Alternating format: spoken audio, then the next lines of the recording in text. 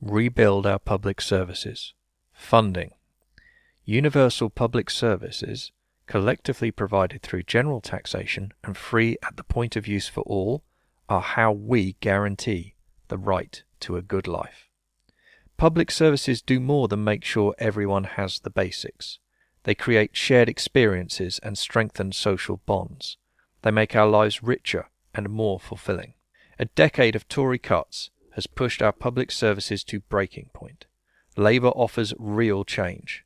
We will make Britain's public services the best and most extensive in the world.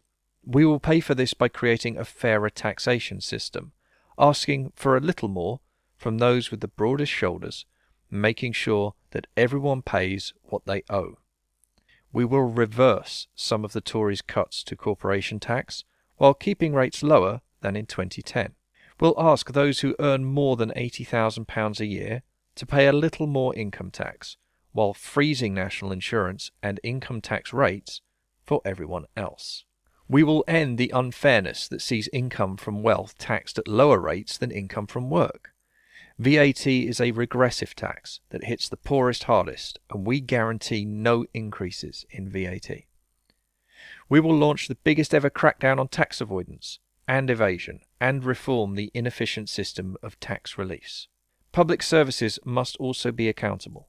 Labour will end the current presumption in favour of outsourcing public services and introduce a presumption in favour of insourcing.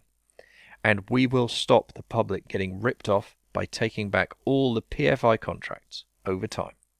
When services are procured from the private sector, companies will be assessed against best practice public service criteria, including provisions for collective bargaining, fair wage clauses, adherence to environmental standards, effective equalities policies, full tax compliance, and application of pay ratios.